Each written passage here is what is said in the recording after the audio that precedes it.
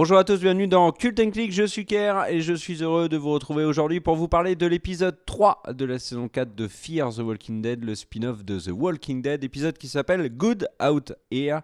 C'est un épisode qui a énormément fait parler parce que, et on va faire une vidéo 100% spoil, donc lâchons le mot tout de suite, Nick est mort. Voilà.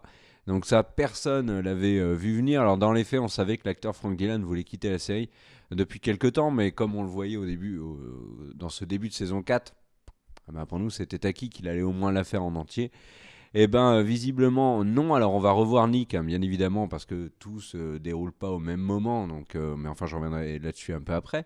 Mais c'est bel et bien la mort de Nick qui conclut un très bon épisode. Alors, déjà, un avis global. Donc, comme j'ai dit, moi, je l'ai trouvé très bon. Je trouve que les nouveaux personnages s'intègrent bien dans cette nouvelle saison, qui est marquée par beaucoup de mystères.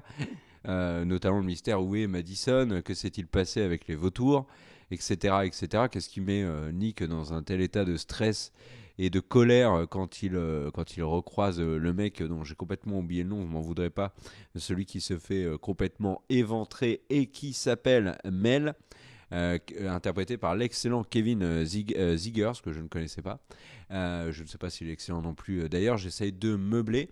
Donc, un bon épisode avec une saison qui est pour le moment, je trouve, très originale. On a eu un premier épisode centré sur Morgan avec l'arrivée de deux nouveaux personnages, Althea et John Dorie, qui sont extrêmement réussis, je trouve. Un deuxième épisode qui nous explique un petit peu où en sont Madison et sa famille, et puis Strand, avec en nous laissant énormément de mystères autour de qu'est-ce qui s'est passé depuis l'explosion du barrage. Et puis cet épisode qui en rajoute une couche qui alors là est encore plus intéressante parce qu'on ne sait pas ce qui s'est passé au niveau du barrage, on ne sait pas ce qui s'est passé avec les vautours, on ne sait pas où est Madison, et maintenant on va découvrir un petit peu le cheminement qui conduit jusqu'à la mort de Nick, et aussi au fait que Alicia, Strand et Luciana sont en fuite comme ça, ou enfin, du moins on le pense, loin du stade où ils étaient dans l'épisode 2. Donc moi pour l'instant je trouve que c'est extrêmement intéressant. C'est audacieux parce que bien évidemment cet épisode se termine avec la mort de Nick. Alors rapidement, est-ce que cette mort est réussie? J'ai envie de dire oui. Alors bien évidemment on me l'avait spoil avant, donc du coup moi le côté surprise est complètement passé à côté. Je pense que si j'avais pas été spoil, j'aurais complètement halluciné.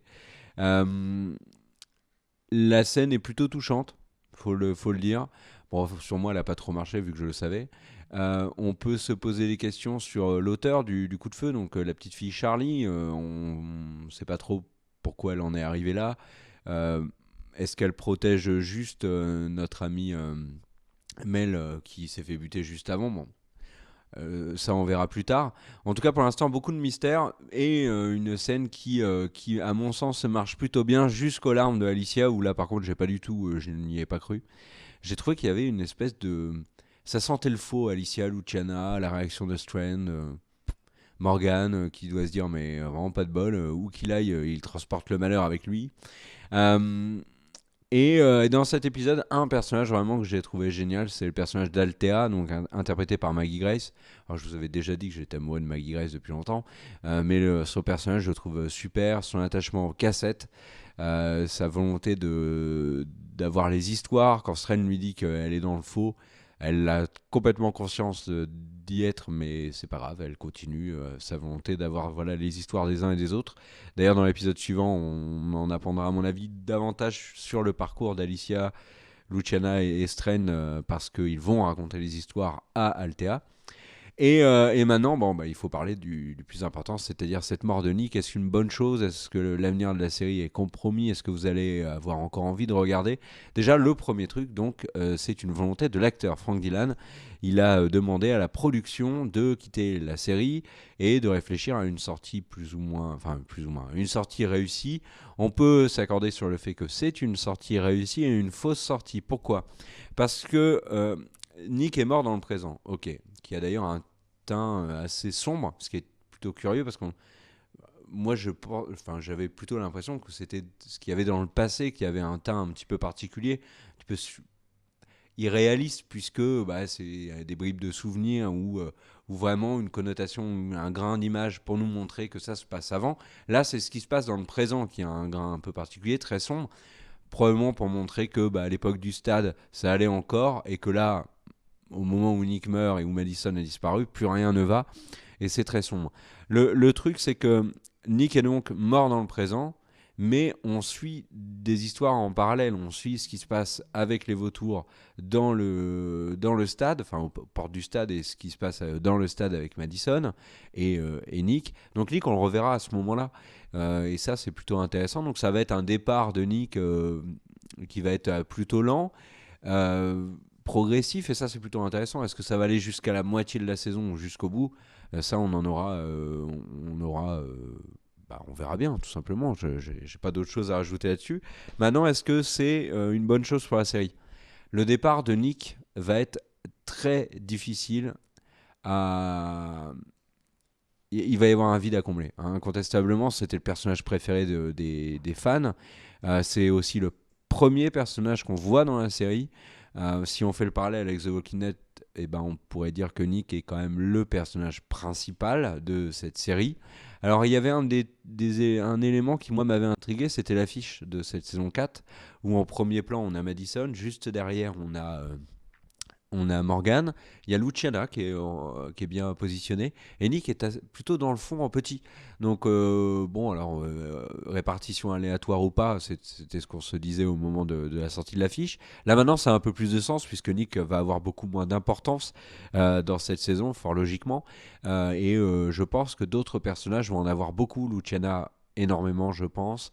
Alicia, bien sûr, Morgan, Althea aussi, John Dory qui en aura dès la semaine prochaine.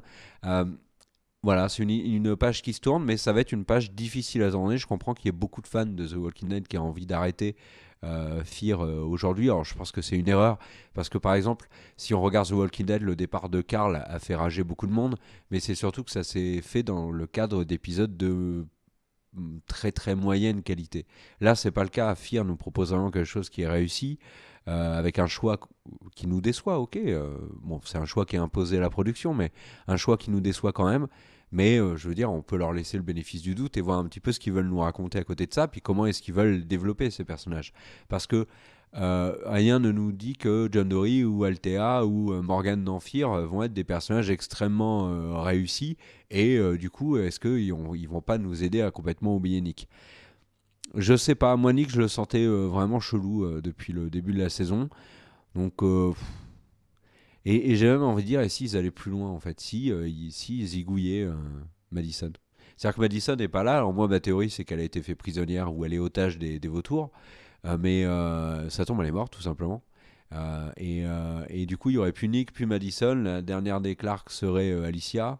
Et une reconstruction du casting autour d'Althea, Morgan, Strand, Luciana, qui est plus importante. Peut-être un retour de Salazar, on verra. Mais en tout cas, là, maintenant, tout de suite, si j'avais à choisir, est-ce qu'il faut tuer Nick ou pas?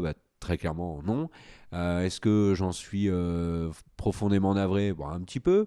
Et est-ce que je vais continuer Fear? Oui, clairement, parce que je trouve que ce début de saison 4 est très réussi, il est vraiment intéressant, puis il est audacieux.